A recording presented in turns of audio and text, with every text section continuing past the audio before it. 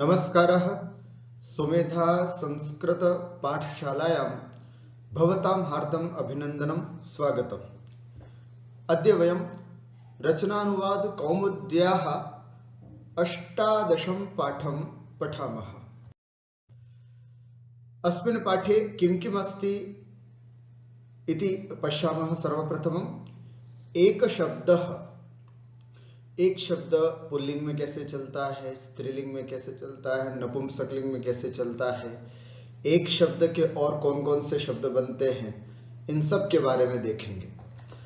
नित्य एक वचनांत शब्द कौन से हैं संस्कृत साहित्य में अथवा संस्कृत व्याकरण में, ऐसे कौन से शब्द हैं जो हमेशा एक वचन में ही चलते हैं, उसको भी आज हम देखेंगे।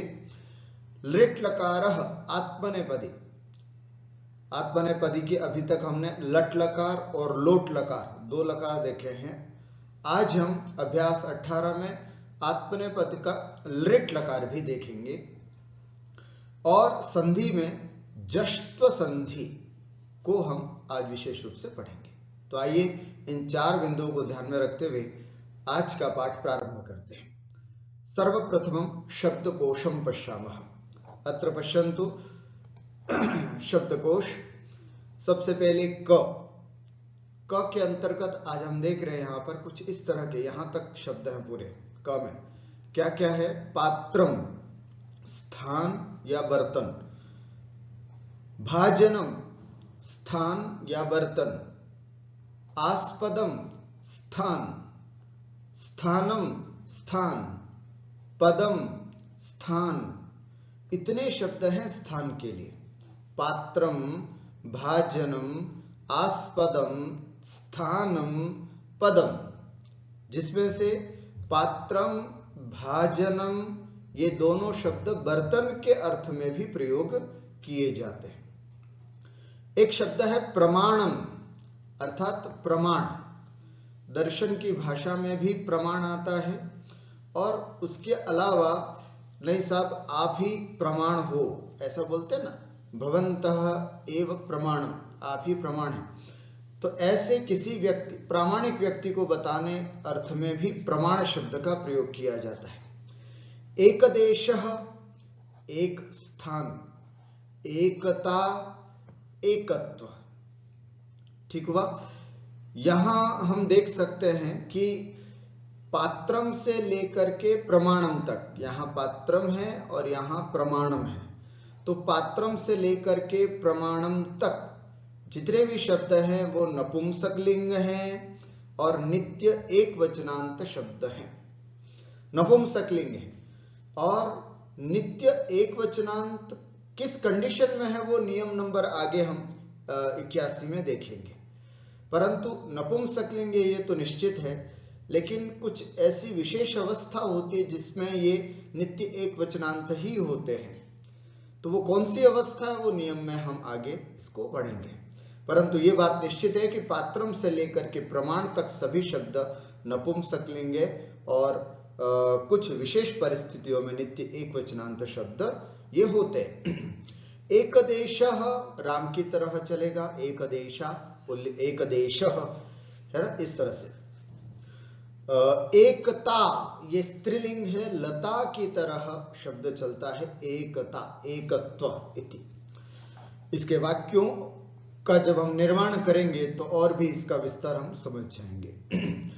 उसके बाद देखते हैं कुछ क्रियापद। यहाँ पर क्रियापद में कौन से हैं यहाँ पर, जैसे कि स्पर्ध, स्पर्ध धातु है, स्पर्धा करना।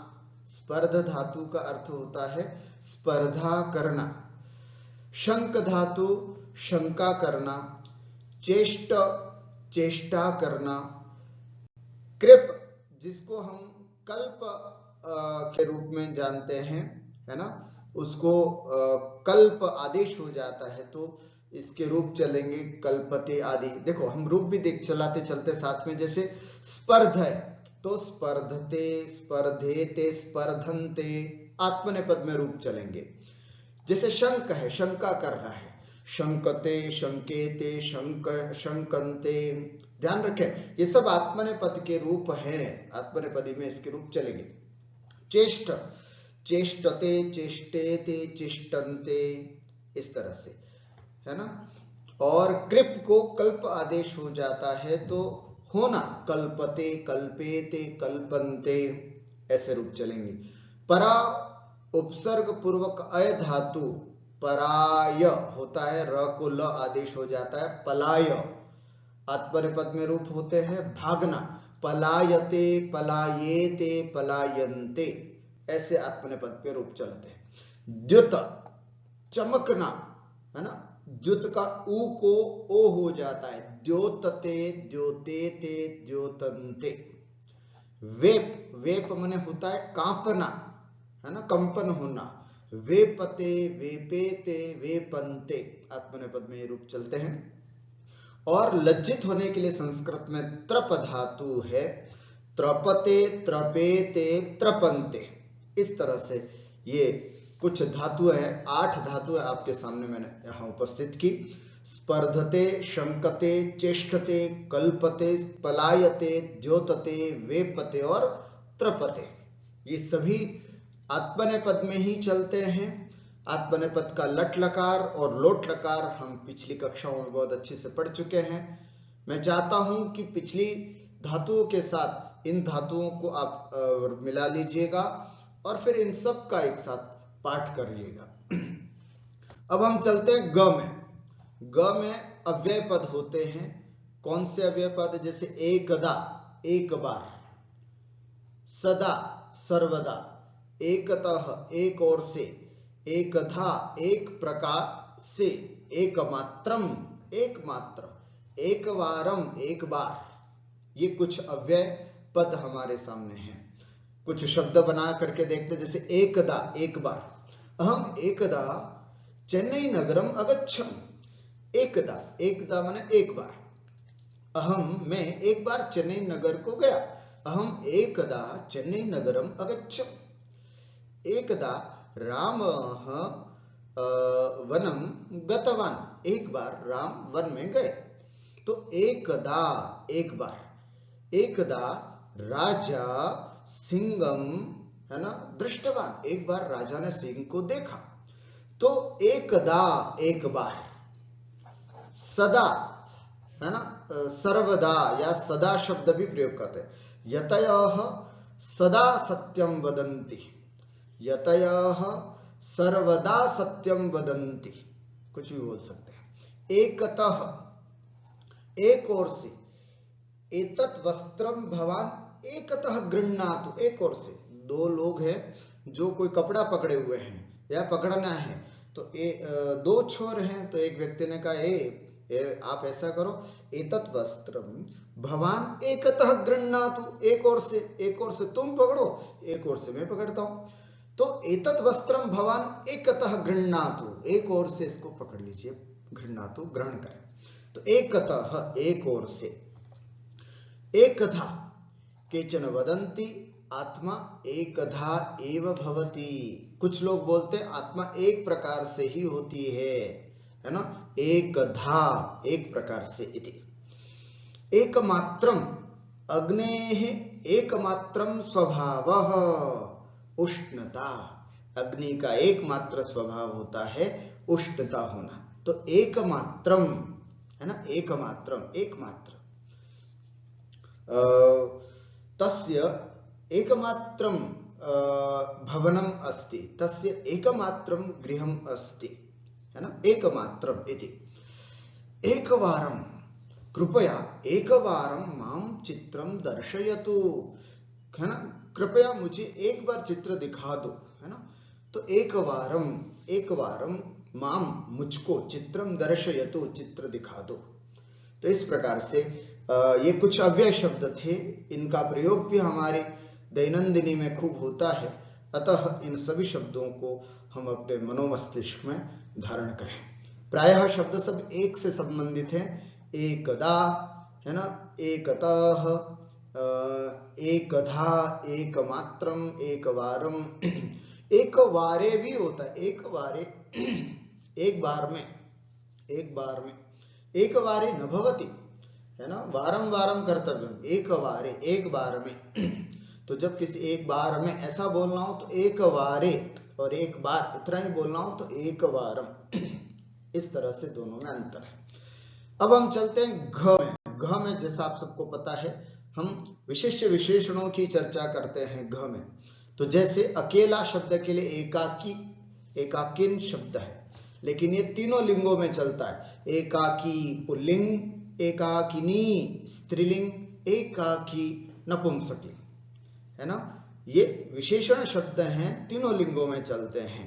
जैसे उदाहरण, सुरेशः एकाकी पठति, अकेला पढ़ता है, सुरेश अकेला पढ़ता है।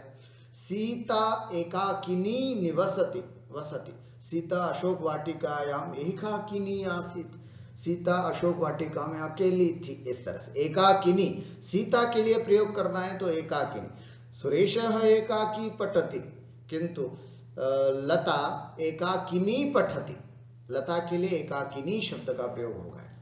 और तत्र तस्य एकाकी गृहम अस्ति, वने तस्य एकाकी गृहम अस्ति, वन में उसका अकेले का अकेला एक घर है बस, और कुछ भी नहीं है।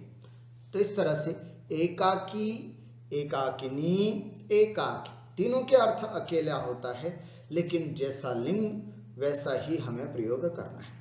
उसी प्रकार एकांत शब्द भी, एकांतः, एकांता, एकांतम इति। रमेशः एकांतः छात्रः अस्ति, रमेश एकांत छात्र है, अकेला रहना जिसको पसंद है ऐसा छात्र है। सुधा एकांता छात्रा अस्ति, और मंदिरम एकांतम भवति। ठीक है। एक विधः, एक विधा, एक विधम, एक प्रकार से, यानी एक प्रकार का, तीनों के लिए पुल्लिंग हो तो एक प्रकार का एक विध, स्त्रीलिंग हो तो एक विधा, नपुंसकलिंग हो तो एक विधम। उदाहरण के माध्यम से, सिद्धांतः एक विधः भवति, सिद्धांत जो है वो एक प्रकार का होता है।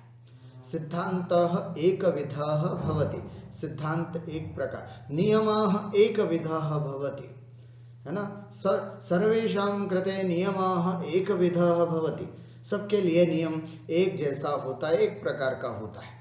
तो इस तरह से सिद्धांतः, नियमः, कार्यक्रमः एक विधः भवति, इस तरह से हम बोल सकते हैं। विद्या एक विधा भवति, है ना। संस्कृत विद्या प्रायः एक विधा, एक प्रकार की होती है ना। इस तरह से कुछ भी, विद्या एक विधा, विद्या शब्द स्त्रीलिंग, आकारांत स्त्रीलिंग शब्द अस्ति, अतः विद्या एक विधा भवति इति। पुनः शास्त्रम एक विधम भवति, एक प्रकार का होता है शास्त्र, तो शास्त्रम नपुंसकलिंग एक विधम, विद्या स्त्रीलिंग एक विधा, सिद्धांतः पुल्लिंग अतः एक विधः। यथा लिंगम तथा एक विध शब्दस्य प्रयोगः अत्र कर्तव्यः। स्पष्टम्। एवं घ इत्यस्यापि अध्ययनम् अस्माभिः कृतम्। एतत् भवन्तः द्रष्टुं शक्नुवन्ति। एतत् संपूर्णं पात्र से प्रमाण तक नित्य एक वचन नपुंसकलिंग होता है। स्पर्ध से त्रप तक जितने भी धातु हैं वे सब सेवते, आत्मनेपद सेवते की तरह ये रूप चलते। अग्रे व्याकरण के अंतर्गत एक शब्द हम देखेंगे आज, एक वचनांत शब्द और लृट लकार और जश्व संधि का विशेष देखेंगे। एक शब्द के तीनों लिंगों के रूप स्मरण करो। एक शब्द है ना, एक शब्द पर्टिकुलर, जैसे राम शब्द, हरि शब्द, गुरु शब्द होते हैं, वैसे एक शब्द है ना, एक शब्द जो सर्वनाम शब्द की तरह चलता है, उसका हमें शब्द संख्या 39 में हम देखते हैं तो हमें यह रूप प्राप्त होता है 39 में से, है ना। तो एक शब्द पुल्लिंग में ये ऐसे चलता है, नपुंसकलिंग में ये इस प्रकार से चलता है, और स्त्रीलिंग में एक शब्द इस तरह से चलता है। ध्यान रखें, सर्वनाम की तरह शब्द को चलाना है, लेकिन यह केवल एक शब्द संख्या अर्थ में केवल एक वचन में ही रूप चलेगा। जब हम एक शब्द को संख्या अर्थ में प्रयुक्त करेंगे तो वो केवल एक वचन में ही इसके रूप चलेंगे, द्विवचन या बहुवचन इसके रूप नहीं होंगे। लेकिन संख्या के अलावा अन्य अर्थ हो तो अन्य अर्थ में यह बहुवचन में भी इसके रूप चल सकते हैं। आइए, एक शब्द के तीनों लिंगों में कैसे अर्थ होते हैं। पुल्लिंग, एकः, एकम, एक वचन ही है सबका, है ना। पुल्लिंग एक वचन चल रहा है। ये ऐसा नहीं याद करें एकः, एकम, एका, ऐसे याद नहीं करना है। ये केवल एक शब्द पुल्लिंग में एक वचन में ही चलता है। तो एकः, एकम, एकेन, एकस्मै, एकस्मात् पंचमी, एकस्य षष्ठी, एकस्मिन् सप्तमी। नपुंसकलिंग में एकम प्रथमा, एकम द्वितीया, एकेन तृतीया, है ना। एकम प्रथमा, एकम द्वितीया, एकेन तृतीया, एकस्मै चतुर्थी, एकस्मात् पंचमी, एकस्य षष्ठी, एकस्मिन् सप्तमी। स्त्रीलिंग में एका प्रथमा, एकां द्वितीया, एकया तृतीया, एकस्यै चतुर्थी, एकस्याः पंचमी, एकस्याः पंचमी, एकस्याः षष्ठी, एकस्यां सप्तमी। इस प्रकार से एक शब्द केवल एक वचन में ही इसका रूप चलेगा, लेकिन लिंग तीनों ही होंगे। एकः बालकः, एकम पुस्तकम, एका बालिका। इस तरह से तीनों लिंगों में इनके रूप चलते हैं। अब हम चलते हैं धातु रूप की चर्चा आपसे करते हैं। धातु रूप में सेव धातु अभी हमारा चल रहा है। लट लकार का रूप हम पढ़ चुके हैं, एक बार रिवीजन के लिए आपके सामने है। सेवते, सेवेते, सेवन्ते, सेवसे, सेवेथे, सेवध्वे, सेवे, सेवावहे, सेवामहे। लोट लकार जो हम पढ़ चुके हैं सेव धातु, सेवताम, सेवेताम, सेवंताम, सेवस्व, सेवेथाम, सेवध्वम, सेवई, सेवावहे, सेवामहै। आपको बताना चाहूं, ये इतने सारे 20 लगभग हम शब्द धातु रूप आत्मनेपद के जो हैं वो पढ़ चुके। 8 आज हैं, तो इनको मिलाकर के 28 आत्मनेपद के रूप, धातु रूप आपके सामने तैयार हो चुके। आज हम पढ़ने जा रहे हैं लृट लकार, सेव धातु का लृट लकार। सेविष्यते, सेविष्येते, सेविष्यन्ते, सेविष्यसे, सेविष्येथे, सेविष्यध्वे, सेविष्ये, सेविष्यावहे, सेविष्यामहे, है ना। इष्यते इसमें लग रहा है, इष्यते, सेविष्यते, सेविष्येते, सेविष्यन्ते, सेविष्यसे, सेविष्येथे, सेविष्यध्वे, सेविष्ये, सेविष्यावहे, सेविष्यामहे। ठीक है। इष्यते फिर से एक बार आपको बता दूं, लट लकार वर्तमान काल के अर्थ में है, लोट लकार आज्ञा देने के अर्थ में, और लृट लकार भविष्यत काल के अर्थ में इस लकार का प्रयोग होता है। अब यहां पर प्रश्न यह होता है, कहां पर इष्यते का प्रयोग होगा, कहां पर स्यते का प्रयोग होगा लृट लकार में, आत्मनेपद में। तो उसके लिए हम अपनी पुस्तक में देख सकते हैं। देखिएगा, इन धातुओं में लृट में इष्यते आदि लगेगा। ये जैसे सेविष्यते, तो इसको आत्मनेपद बनाने के लिए इष्यते पद का प्रयोग हुआ है। तो ऐसे कौन कौन सी धातु जिसमें इष्यते लगेगा, और ऐसी कौन सी धातु जिसमें केवल स्यते लगेगा, ये दोनों हम यहां पर देखते हैं। जैसे सेविष्यते, इष्यते लगा यहां पर, वर्धिष्यते, इष्यते, मोदिष्यते, सहिष्यते, याचिष्यते, वर्तिष्यते, इक्षिष्यते, वंदिष्यते। देखिएगा आप, सब में इष्यते है ना, लृट लकार में सब में इष्यते पद का प्रयोग हो रहा है और आत्मनेपद में बनता जा रहा है लृट लकार में।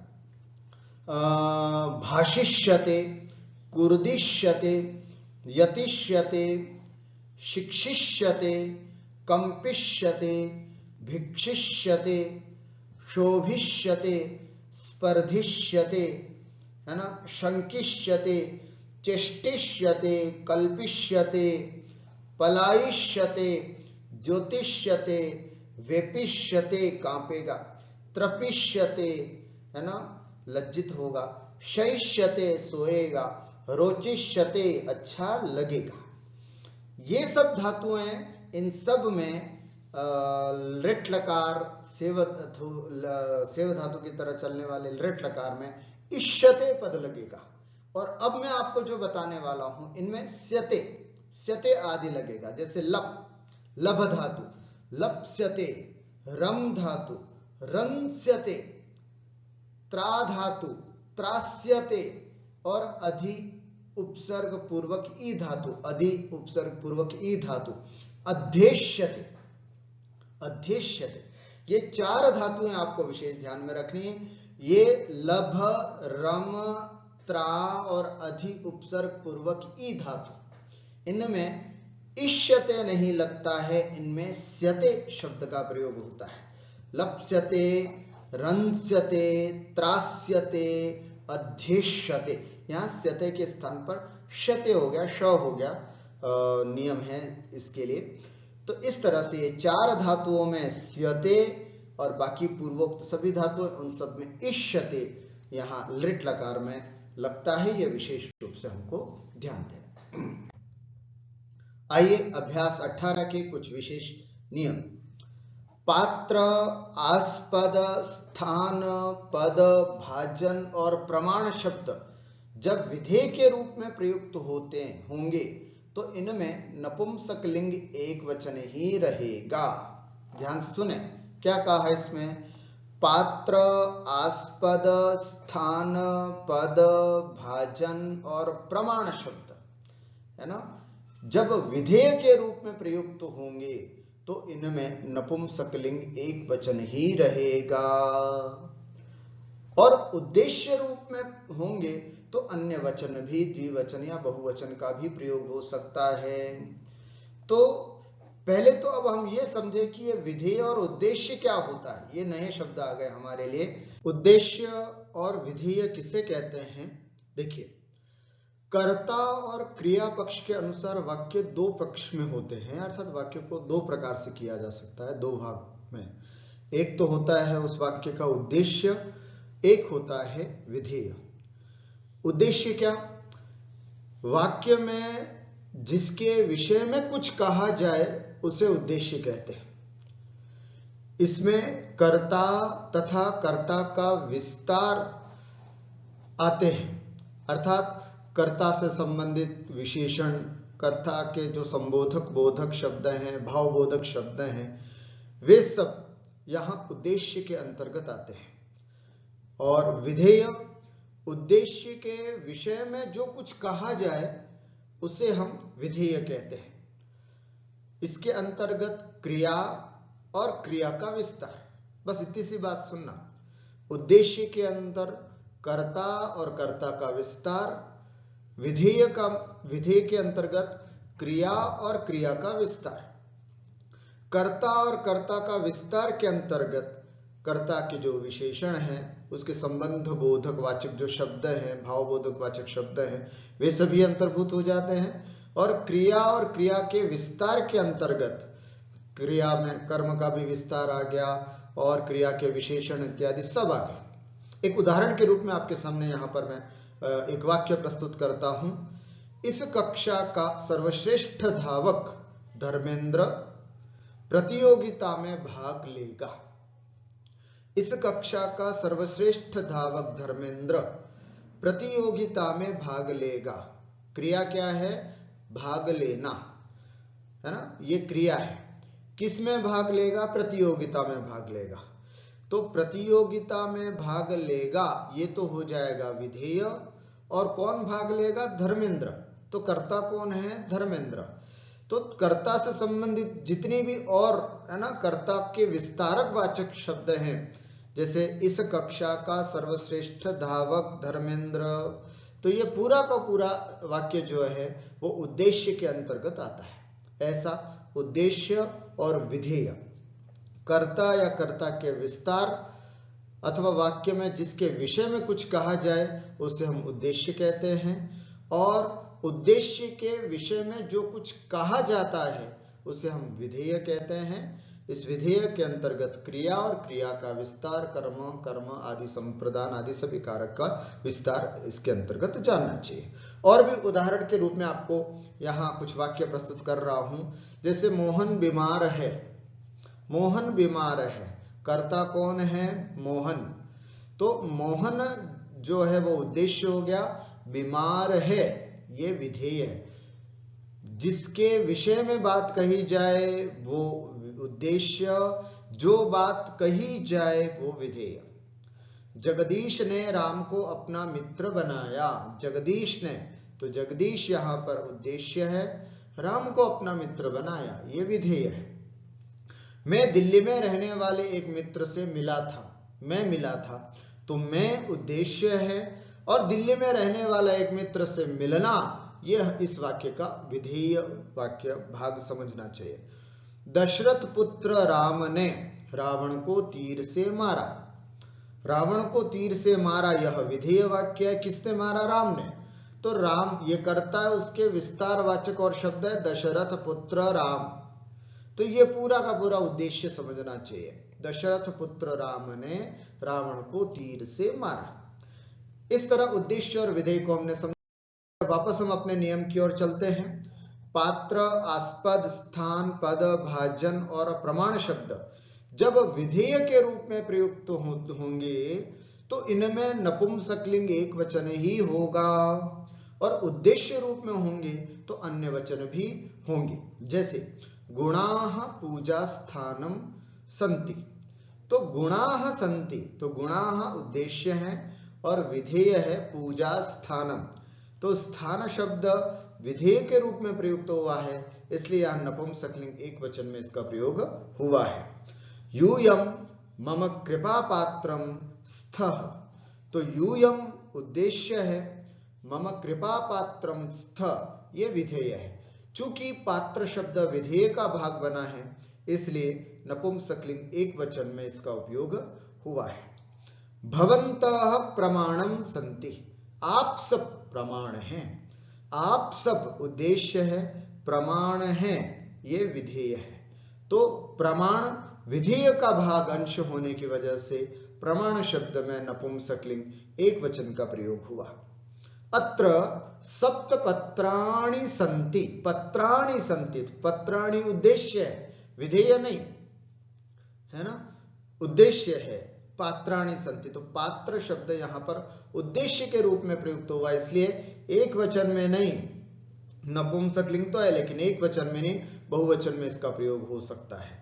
अर्थात ये उपरोक्त पात्रादि जितने भी शब्द हैं, जब इनका उपयोग विधेय के रूप में हो तब यह नित्य एक वचन के रूप में प्रयुक्त होते हैं। अगर इनको उद्देश्य के रूप में प्रयोग करें तो ये बहुवचन में भी प्रयुक्त हो सकते हैं। एक और उदाहरण आपके सामने प्रस्तुत करता हूं, जैसे न्याय दर्शने चत्वारि प्रमाणानि सन्ति, तो प्रमाणानि, चत्वारि प्रमाणानि यह उद्देश्य है, न्याय दर्शने सन्ति ये विधेय वाक्य है। तो उद्देश्य होने के कारण प्रमाण शब्द को हमने बहुवचन के रूप में भी प्रयोग किया। ये सब शब्द विधेय हों तो एक वचन नपुंसकलिंग, लेकिन उद्देश्य के रूप में हो तो बहुवचन आदि के रूप में भी इनका उपयोग हो सकता है। दूसरा नियम है, ध्यान से देखने यार, संख्याया विधार्थे धा, विधा के अर्थ में संख्या वाले जितने भी शब्द हैं उनसे धा प्रत्यय होता है, ऐसा यह सूत्र कहता है। सभी संख्यावाचक शब्दों से, सभी, एक, एकधा, दो, द्वि, द्विधा, त्रि, त्रिधा, चतु, चतुर्धा, पंच, पंचधा, षोडा, सप्तधा, अष्टधा, सभी संख्यावाचक शब्दों से प्रकार से ये अर्थ जब हमें निकालना हो तो धा ये लगता है, धा। एक प्रकार से एक धा, दो प्रकार से द्विधा, तीन प्रकार से त्रिधा, बहुत प्रकार से बहुधा, 100 प्रकार से शतधा, इस तरह से धा लगाना बस और कुछ नहीं। समझ में आ गया? धा, धनुष वाला ध ये लगेगा यहां पर, अर्थ निकल करके आएगा प्रकार से, है ना। 20 प्रकार से विंशतिधा, 20 प्रकार से, ऐसे 12 प्रकार से द्वादशधा, ऐसे हम जानते। उसके अलावा प्रकार का अर्थ में, विध गुणार्थ में और गुण तथा बार अर्थ में वारम लगता है। प्रकार का अर्थ में विध लगता है, गुणा अर्थ में गुण तथा बार अर्थ में वारम लगता है। जैसे यहां पर आप देख सकते हैं, एक प्रकार का, एक विधः, है ना, एक प्रकार का, एक विधः, 10 गुणा 10 गुणम, 5 बार पंचवारम इत्यादि शब्द यहां बनते हैं। जैसे एते छात्राः एकधा एव कार्यम कुर्वन्ति, है ना, एकधा, इसका उदाहरण देख रहे हैं, एक प्रकार से, ये सब छात्र एक प्रकार से ही काम करते हैं। एते विचारकाः एकधा एव चिन्तयन्ति, ये सब विचारक एक प्रकार से ही चिंतन करते हैं। इस प्रकार से वाक्य हम सबके बना सकते हैं। अब आते हैं हम संधि के नियम में। ठीक है, संधि का नियम देखें। जलों को झष होते हैं। जल, जल के अंतर्गत जल प्रत्याहार है, जभय घड़दश, इसमें चतुर्थ वर्ण आ गया। जब गड़दश तृतीय वर्ण, ख फ छ ठ थ द्वितीय वर्ण, च ट त क प प्रथम वर्ण, है ना, श श स ऊष्म वर्ण, है ना।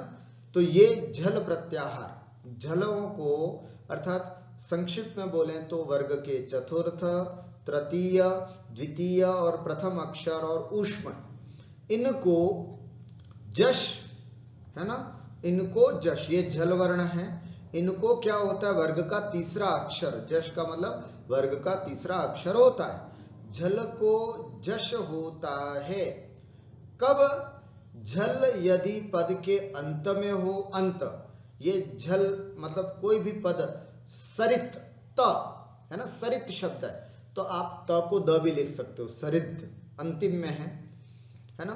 जगत, जगत ऐसा भी लिख सकते हैं, है ना, यदि अंत में हो, जल यदि पद के अंत में हो तो, अथवा जल के बाद या तो स्वर हो या वर्ग का तीसरा अक्षर हो, तो फिर इन झल के स्थान पर वर्ग का तीसरा अक्षर हो जाता है। उदाहरण के रूप में जगत, है ना, जगत, ये त जो है वो जल है, क्यों, क्योंकि त जो है वो प्रथम अक्षर है। आगे स्वर होने की वजह से ईश स्वर है, तो ये प्रथम अक्षर तृतीय अक्षर में चेंज हो जाएगा, त अपने ही वर्ग का द बन जाता है, त थ द, और मिल जाता है ई के साथ, जगदीश, जगत ईश, जगदीश। तत् अपि, आगे स्वर है, ये प्रथम अक्षर झल है, तो त को बन जाता है द, तदपि। षट, ट है प्रथम अक्षर, आगे दर्शन तृतीय अक्षर है, षट दर्शनम, तो ट को तृतीय अक्षर बन गया, ट ठ ड, षड दर्शनम, ऐसे।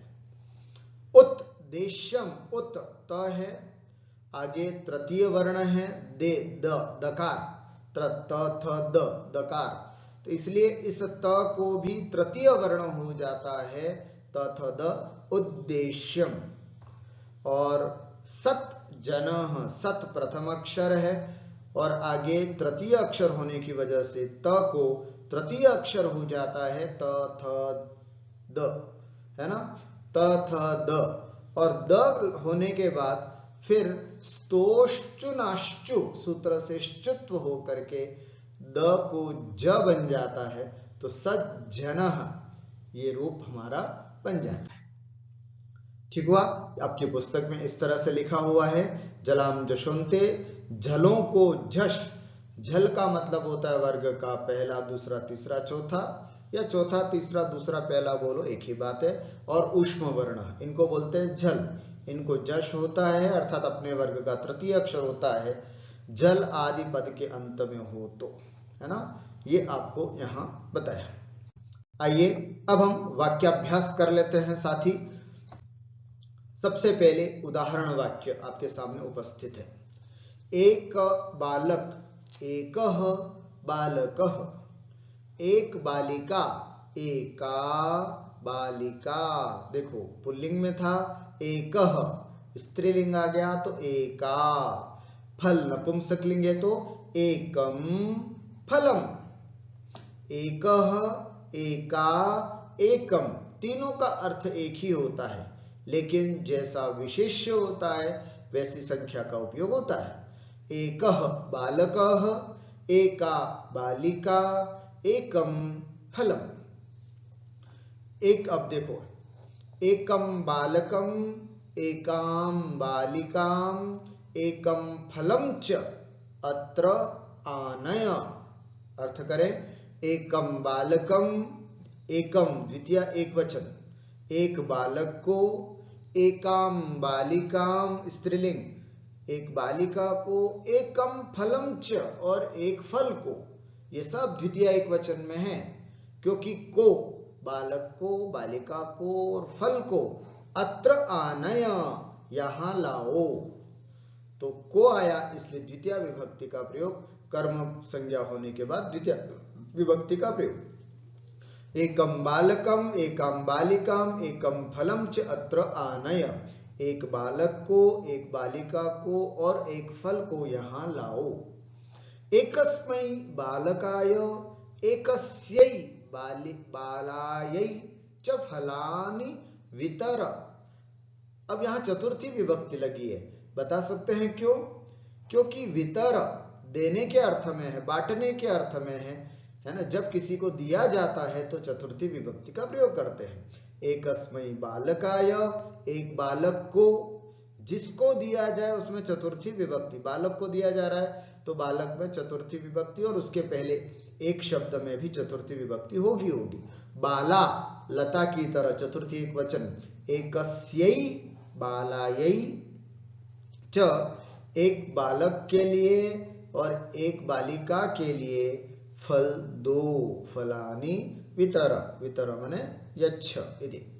त्वं धनानां पात्रम, है ना, त्वं धनानां पात्रम असि, तुम धनों के, है ना, धनानां आस्पात्रम, आस्पदम, स्थानम, पदम, भाजनम वा, ये वा लिखा, इसका मतलब यही है, आप इसमें से पात्रम, आस्पदम, स्थानम, पदम, भाजनम, इनमें से कोई भी शब्द प्रयोग कर सकते हैं। जब आप अपनी खुद नोटबुक में बनाएंगे तो कोई एक शब्द लिखे, ये केवल हमको ध्यान में रखने के लिए कि इतने सारे वैकल्पिक शब्द हैं, है ना, हमारे लिए इतने सारे पर्यायवाची शब्द हैं, इनका भी उपयोग हम कर सकते हैं। त्वं धनानां पात्रम असि, तुम धनों के पात्र हो, बहुत सारा धन हो उसके पात्र हो। तो यहाँ पर त्वं उद्देश्य है और पात्र जो है वो विधेय है, विधेय होने के कारण यहाँ पर वह एक वचन में प्रयुक्त हुआ। पात्रेषु भाजनेषु वा जलम वर्तते, ये पात्र शब्द जो है वो बर्तन के अर्थ में है, तो पात्रेषु जलम वर्तते, पात्रों में, आप पात्रेषु बोल सकते हैं, भाजनेषु, भाजन का मतलब भी बर्तन होता है, पात्र का मतलब भी बर्तन होता है, इसलिए दोनों में से एक शब्द प्रयोग कर सकते हैं, वा इसलिए लगाया।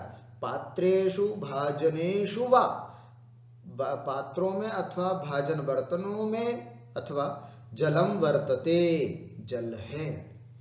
आस्पदेषु स्थानेषु वा ते तिष्ठन्ति, है ना, स्थानों पर, अलग अलग स्थानों पर, ते तिष्ठन्ति वे रुकते हैं। आस्पद, आस्पदेषु भी बोल सकते हैं, स्थानेषु भी हम प्रयोग कर सकते हैं, वा का मतलब अथवा ही है। भवन्तः प्रमाणम सन्ति, आप प्रमाण हैं, तो भवन्तः उद्देश्य है और प्रमाणम यहाँ विधेय होने की वजह से नपुंसकलिंग एक वचन में प्रयुक्त हुआ, प्रमाणम सन्ति। सह एकाकी अध्ययनात् पलायिष्यते, सह वह, एकाकी अकेला, वह अकेला अध्ययन से भाग जाएगा। सह एकाकी वह अकेला, अध्ययनात् अध्ययन से, पलायिष्यते भाग जाएगा। सूर्यः प्रातः काले द्योतयिष्यते, द्योतयिष्यते, सूर्य प्रातः काल में द्योतित करेगा, प्रकाशित करेगा। सह गुरुं सेविष्यते, दुःखं सहिष्यते, मोदिष्यते, वर्धिष्यते च, वह गुरु की सेवा करेगा, दुख सहन करेगा, प्रसन्न होगा और, है ना, च का उपयोग है, और बढ़ेगा। एके एवं वदन्ति, अन्ये एवं कथयन्ति। एके, एक शब्द बहुवचन में जब विधेय उद्देश्य आदि के रूप में प्रयुक्त होता है तो बहुवचन में भी प्रयुक्त हो सकता है। एके वदन्ति मतलब एक लोग तो ये कहते हैं और अन्य लोग ये कहते हैं। एके एवं वदन्ति, अन्य एवं कथयन्ति। तो एके मतलब इतने सारे लोग हैं, उसमें से एक तो ये कह रहे हैं और एक ये कह रहे हैं, तो एक शब्द यहां पर बहुवचन में प्रयुक्त हुआ है। एके सर्व की तरह चलता है, सर्वः सर्वौ सर्वे, इसी तरह एकः एकौ एके, एके प्रथमा बहुवचन का है। एके एवं वदन्ति, अन्ये एवं वदन्ति, अन्य भी सर्वनाम शब्द की तरह है। अन्यः अन्यौ अन्ये प्रथमा बहुवचन। इस तरह से ये उदाहरण वाक्यों को हमने समझा। अब हम अभ्यास करते हैं संस्कृत बनाओ। यहां एक बालक है, अत्र एकः बालकः अस्ति। वहां एक बालिका है, तत्र एका बालिका अस्ति। वहां एक बर्तन है, तत्र एकं भाजनम् अस्ति। एकः बालकः, एका बालिका, एकम भाजनम। हिंदी में सब जगह एक है, संस्कृत में अलग अलग विशेष्यों के हिसाब से एक शब्द का लिंग भी परिवर्तित हो गया। एक बालक और एक लड़की को ये पुस्तकें दो। एकस्मै बालकाय, एकस्यै च बालिकायै अथवा बालायै एतानि अथवा इमानि पुस्तकानि यच्छ वितर देहि, कुछ भी शब्द का प्रयोग कर सकते हैं। एक बालक और एक बालिका की पुस्तकें यहां हैं। एकस्य बालकस्य एकस्याः बालिकायाश्च पुस्तकानि अत्र सन्ति। एक विद्यालय में मैं पढ़ता हूं और एक पाठशाला में वह पढ़ती है। एकस्मिन् विद्यालये, सप्तमी एक वचन विद्यालय में, तो एक शब्द में भी सप्तमी एक वचन। एकस्मिन् विद्यालये अहम पठामि। एकस्याम, ये एकस्मिन् विद्यालय के हिसाब से विद्यालय शब्द पुल्लिंग में है, इसलिए एकस्मिन् विद्यालये। लेकिन पाठशाला शब्द स्त्रीलिंग में है, तो एकस्याम पाठशालायाम सा पठति। एकस्मिन् विद्यालये अहम पठामि, एकस्याम च पाठशालायाम सा पठति। ठीक हो गया। ख, तुम सारी विद्याओं के एकमात्र पात्र हो। त्वं सर्वासाम, है ना, सर्वासाम विद्यानाम एकमात्रम, है ना, एकमात्रम पात्रम असि। पात्रम अथवा आस्पदम अथवा स्थानम पदम भाजनम असि, ऐसे। तुम सारे ज्ञानों के स्थान हो। तुम, है ना, तुम यहां पर उद्देश्य पद है। त्वं सर्वेषां ज्ञानानां स्थानम असि। त्वं सर्वेषां ज्ञानानां स्थानम आस्पदम पदम भाजनम असि। आप विद्या में प्रमाण हैं। भवन्तः विद्यायां प्रमाणम सन्ति। यहां पर 5 बर्तन हैं। अत्र, यहां पर अत्र पंच भाजनानि सन्ति।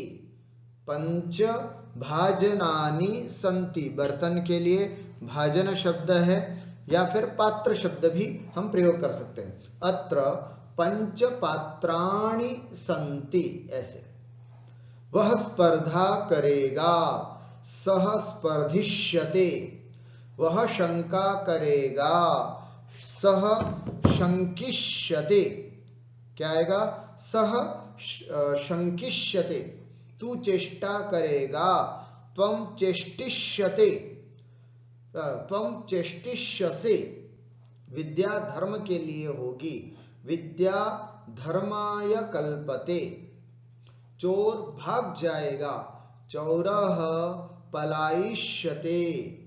सूर्य एक बार फिर चमकेगा, रविः अथवा भास्करः, सूर्यः, कुछ भी प्रयोग कर सकते हैं।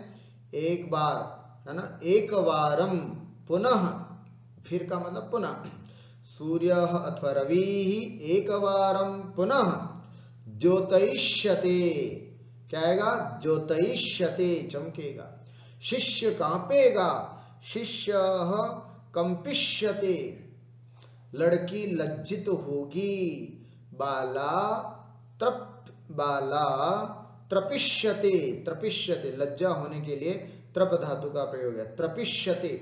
वह सेवा करेगा, विद्या सीखेगा, वंदना करेगा, भिक्षा मांगेगा, प्रसन्न रहेगा और बढ़ेगा।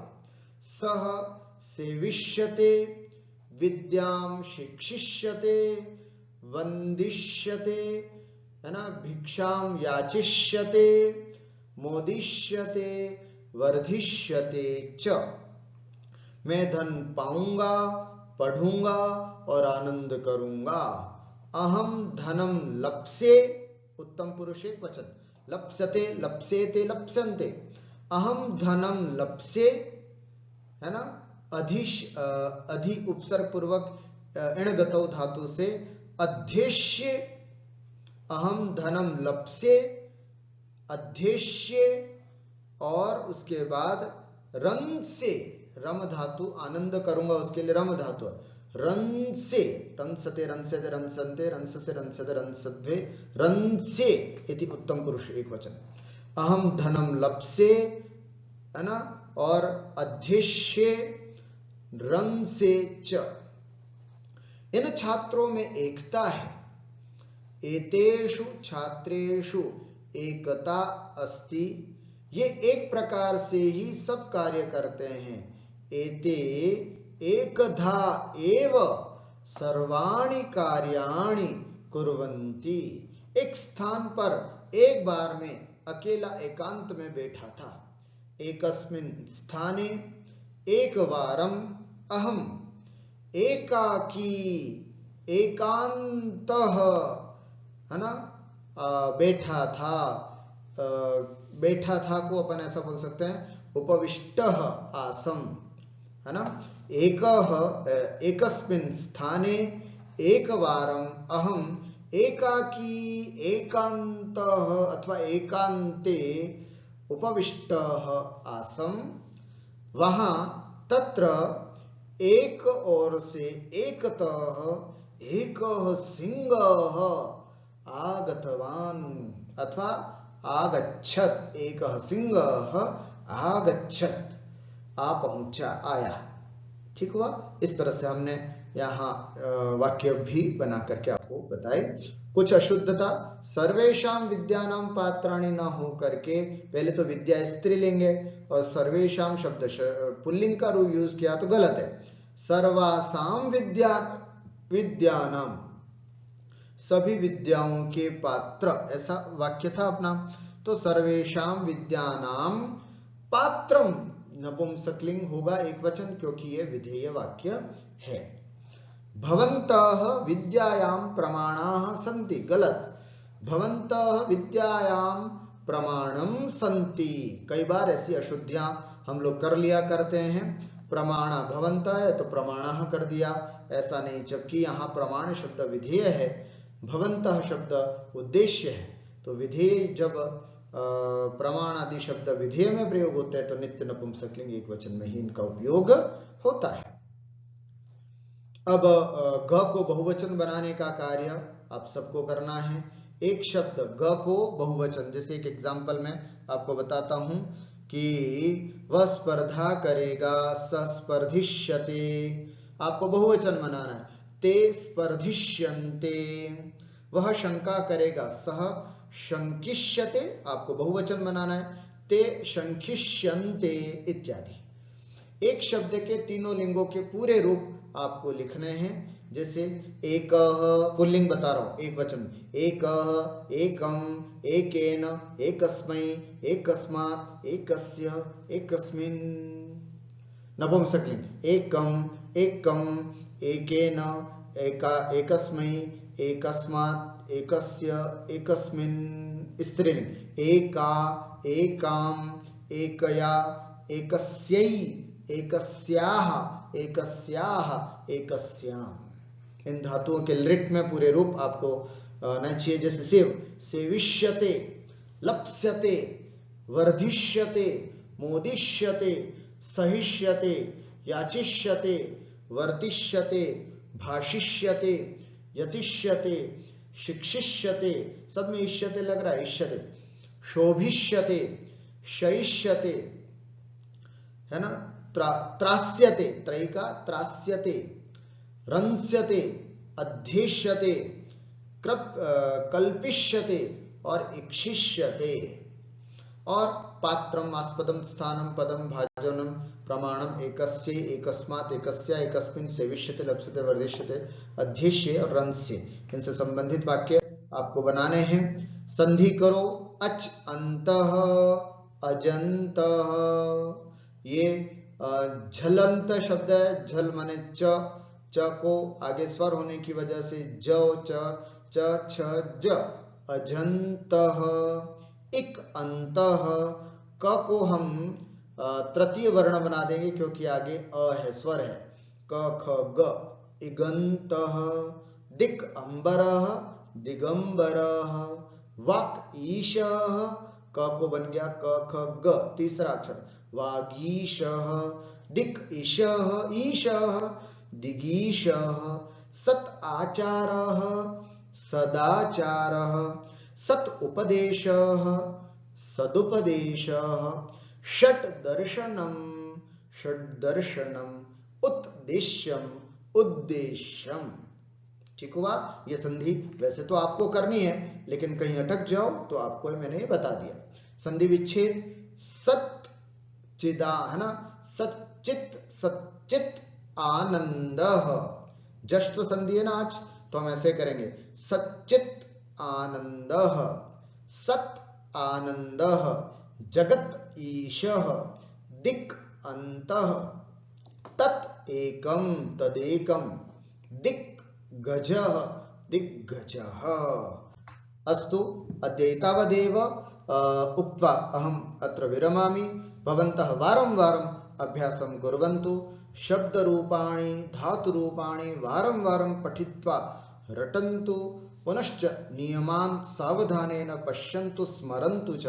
एवमेव अस्माकं सम्यक् अभ्यासः भविष्यति। अद्य अत्रैव अहं विरमामि।